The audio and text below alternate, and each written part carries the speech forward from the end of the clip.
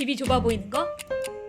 집이 좁아서가 아닐 수 있습니다. 가구 디자인이 별로라서? 그것도 아닙니다. 그래서 오늘은 좁은 집도 10배는 넓게 느껴지게 만드는 3가지 마법의 레시피를 알려드릴게요.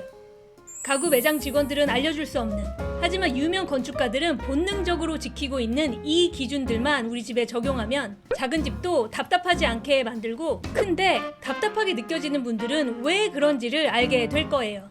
자, 그럼 시원시원하고 멋진 공간 레시피 바로 시작합니다. 잠깐! 오마이걸 걸그룹 멤버 중 유아를 아시나요? 그녀에게 첫 번째 공간 레시피에 힌트가 숨어 있습니다. 이 7명의 멤버 중 누구 키가 제일 커 보이나요?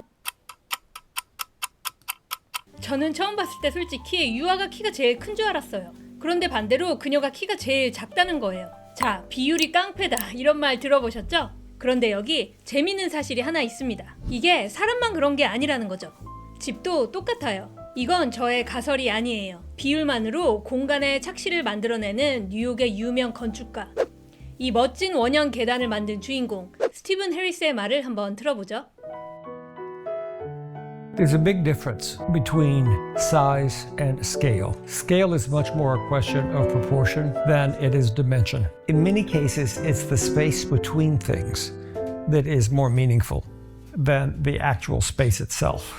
쉽게 말해 아파트 평수보다 중요한 건 가구와 가구 사이의 간격이라는 뜻입니다.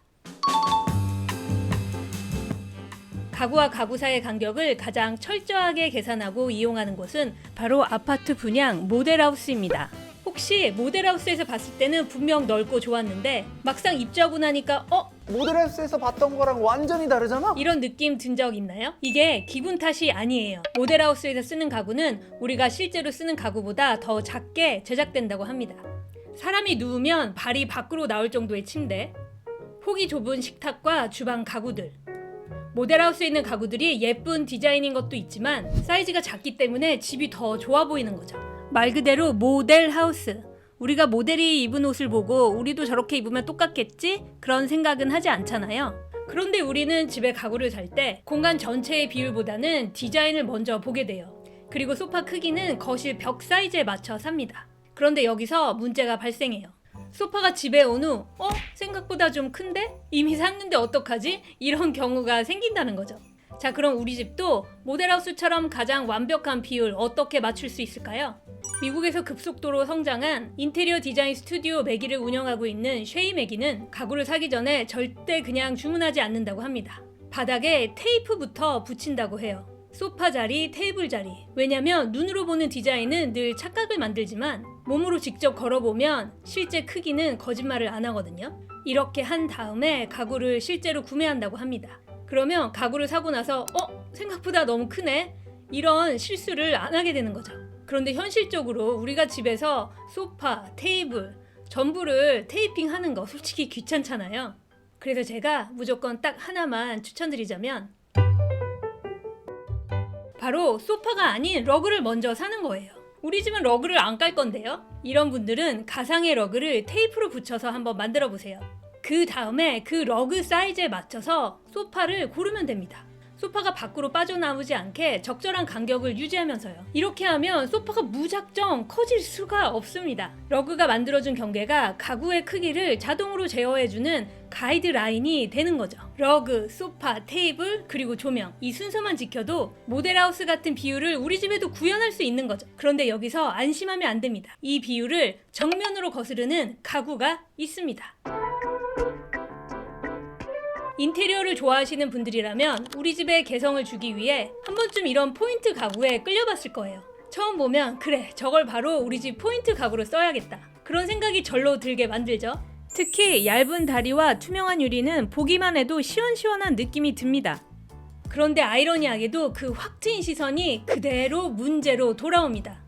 왜냐면 보기엔 예뻐 보여도 대부분 수납이 안 됩니다. 유리 테이블 밑에 리모컨이나 또 벗어놓은 슬리퍼가 보일 수 있고요. 예쁜 소품만 올려놓겠다고 다짐하고 산 예쁜 콘솔이 관리가 안 되기 시작하면 물건이 너저분하게 널리게 되고, 그러면 어떻게 집이 예뻐질 수가 있겠어요? 집이 작을수록 수납은 타협의 대상이 아닙니다. 자, 이 3다리 가구, 유리 테이블이 문제라는 게 아닙니다.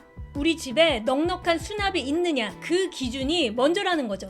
이런 가구들의 더 큰 문제는 유지 관리예요. 유리 표면은 먼지, 손자국, 또 반려동물 발자국까지 너무 잘 드러나요. 깨끗하게 유지하려면 맨날 닦아야 돼요. 또 이런 프레임 사이사이 먼지가 계속 끼게 돼요.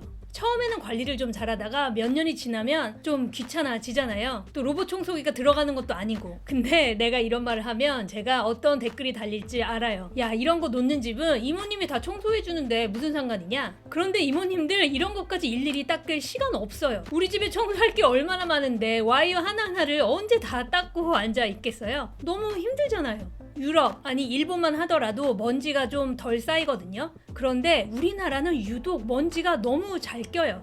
그래서 관리가 어렵다는 거죠. 또 오해하지 마세요. 무조건 사면 안 된다는 게 아니에요. 이렇게 관리가 어려울 수 있다는 거를 알려드리는 거예요. 자, 그런데 이것보다 더 큰 문제가 있어요. 인테리어적으로 가장 치명적인 이유가 있기 때문이죠. 자, 브랜딩의 대가 노희영 고문의 말을 한번 들어보세요. 내가 한동안 세븐 시리즈 최어에 미쳐가지고 엄청 세븐 시리즈 샀었거든요. 근데 그게 이제 너무 많으니까 요새는 이걸 내다 팔아야 되나 이런 생각을 해. 한두 개 있을 땐 귀여운데 너무 많이 샀더니 별로더라. 노희영 고문의 말 정말 그대로예요. 세 달의 가구가 너무 많으면 집이 정말 별로가 돼요. 근데 왜 그럴까요? 둘 중에 어떤 사람이 더 안정돼 보이나요? 당연히 왼쪽이죠. 인테리어도 똑같아요. 무게중심이 아래로 가 있어야 돼요. 그래야 공간이 안정돼 보입니다. 그런데 세 달이나 와이어 가구들은 아래가 뻥 뚫려 있잖아요. 한두 개까지는 괜찮아요. 그런데 너무 많아지면 불안정해 보이는 거죠. 공간 전체가 살짝 떠 있는 것처럼 약간 산만하다고나 할까? 불안정해 보이니까 집이 별로처럼 느껴지는 거예요. 오죽하면 노희영 고문도 그 비싼 의자를 내다 팔고 싶어 하잖아요. 한번 사면 평생 쓴다는 명품 가구인데도 번개장터에서 쉽게 찾아볼 수 있어요. 과유불급, 너무 많으면 안 예쁘다는 소리죠. 그래서 저는 가구를 살 때 이게 내 생활을 감당할 수 있는가, 그리고 시간이 지나도 여전히 내 편일 수 있는가, 그거를 신중하게 생각하게 되더라고요. 시간이 지나도 내 편이고 또 집에 너무 좋은 스토리, 포인트를 준 방법이 있어 하나 소개시켜 드릴게요. 여기 전 세계 1000만 명이 본 집이 있습니다. 파리의 아주 작은 9평짜리 아파트입니다. 그런데 이 집의 가장 인상적인 디테일은 바로 손잡이에 있습니다. 이 손잡이는 돌아가신 할머니 할아버지 집에서 가져왔다는 거죠. 자, 여기서 핵심은 추억팔이가 아닙니다. 제 채널을 구독하시는 분들이라면 아마 알 거예요. 믹스앤매치의 본질, 가장 오래된 것과 새로운 것을 섞는다. 새로 만든 가구에 아주 오래된 손잡이를 붙이면서 이런 디테일한 포인트, 이런 게 집의 개성을 만들어주는 거죠. 할머니 할아버지 집에서 손잡이를 떼왔다는 그 아이디어 자체가 너무 기특하기도 하고 신선하잖아요.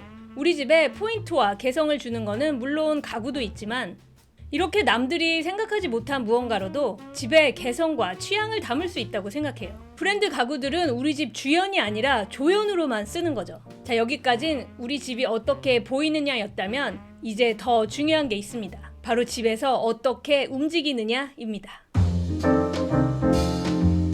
거짓말이 아니고 정말 자동차만한 소파를 벽대에 붙이고요. 오토바이만한 1인 소파 2개를 양쪽에다 이렇게 놓습니다. 그럼 집 자체가 너무 헤비한 가구들로 인해서 관절없고 재미없고 좁아 보이는 효과를 가져와요. 소파를 벽에 붙여야 가운데 공간이 생기면서 집을 넓게 쓸 수 있는데 왜 집이 단조롭고 재미없고 또 좁아 보이는 효과가 있다고 말을 했을까요? 그래서 제가 이걸 어떻게 여러분께 설명할까 고민하다가 이런 쉬운 질문을 한번 바꿔볼게요. 자, 이 두 집 중에 어느 집에서 아이와 술래잡기가 가능할까요? 바로 잡히는 거 말고 정말 술래잡기요. 왼쪽 이미지죠? 술래잡기가 뭐예요? 삥 돌아서 돌아 나올 길이 있어야 가능한 게임이잖아요. 자, 이 말의 핵심은 가구를 너무 벽에 붙이지 말라는 뜻이에요. 가구를 중앙으로 좀 모으라는 뜻이죠. 돌아 나오는 길이 생기는 순간 집은 비로소 공간이 됩니다. 사람 몸이 동선을 따라 자연스럽게 움직이면 작은 집이라도 넓게 느껴지게 만드는 거예요. 자, 첫 번째 레시피, 가구 살 때 비율이 중요하다고 했던 이유도 바로 여기에 있어요. 가구가 집에 비해 너무 큰 걸 사면 집을 돌아다닐 수 있는 동선을 만들 수가 없어요. 그런 여유가 없는 거죠. 크지 않은 집이지만 이렇게 테이블과 1인용 소파 2개를 놓음으로써 집도 더 커 보이고 술래잡기도 할 수 있잖아요. 진짜 술래잡기를 하라는 게 아니고 술래잡기가 가능하게 만들라는 뜻이에요. 이 집도 마찬가지예요. 분명 더 큰 소파를 사서 왼쪽 벽에 붙일 수 있는 집이었어요. 하지만 2인용 정도의 소파를 샀고 거실 가운데 러그 위로 가구를 다 모았죠. 또 이 사진을 보고 야, 저 집은 TV가 없으니까 저게 가능한 거야 라고 생각하실 수도 있는데, 오른쪽 벽에 TV 붙이고 지금 저 소파 자리에서 TV 누워서 봐도 되고 TV는 문제가 아니에요. 그런데 또 야, 저 집은 평수가 커서 그런 거야, 우리 집은 원룸이고 작아서 저렇게 하는 건 불가능해 라고 생각하신다면, 자, 이 집을 한번 보세요. 이 집은 오늘의 집에서 오늘의 집 탑 10 안에 든 집인데요. 원룸인데 중앙에 저렇게 아담하고 귀여운 소파를 딱 배치했죠. 집 중앙에 소파가 있는데도 전혀 답답해 보이지 않죠. 만약에 원룸이거나 집이 작다면 테이블 하나를 사도 이게 수납도 되고 엎어 쓸 수도 있고 세워 쓸 수도 있고, 이런 가구가 훨씬 더 실용적이에요. 수툴 하나를 사더라도 수툴 뚜껑이 열려서 그 안에 뭐라도 집어넣을 수 있는 거를 사셔야 합니다. 그만큼 우리 동선을 여유롭게 만들 수 있기 때문이에요. 그러면 작은 집도 훨씬 넓게 느껴질 거예요. 제가 오늘 알려드린 이 3가지 원칙들만 기억하셔도 여러분의 공간이 숨을 쉬기 시작할 겁니다. 밤새 고민하며 만든 이 작은 레시피들이 여러분의 소중한 일상에 작은 보탬이 됐으면 좋겠습니다. 그럼 다음 영상에서 또 만나요. 안녕!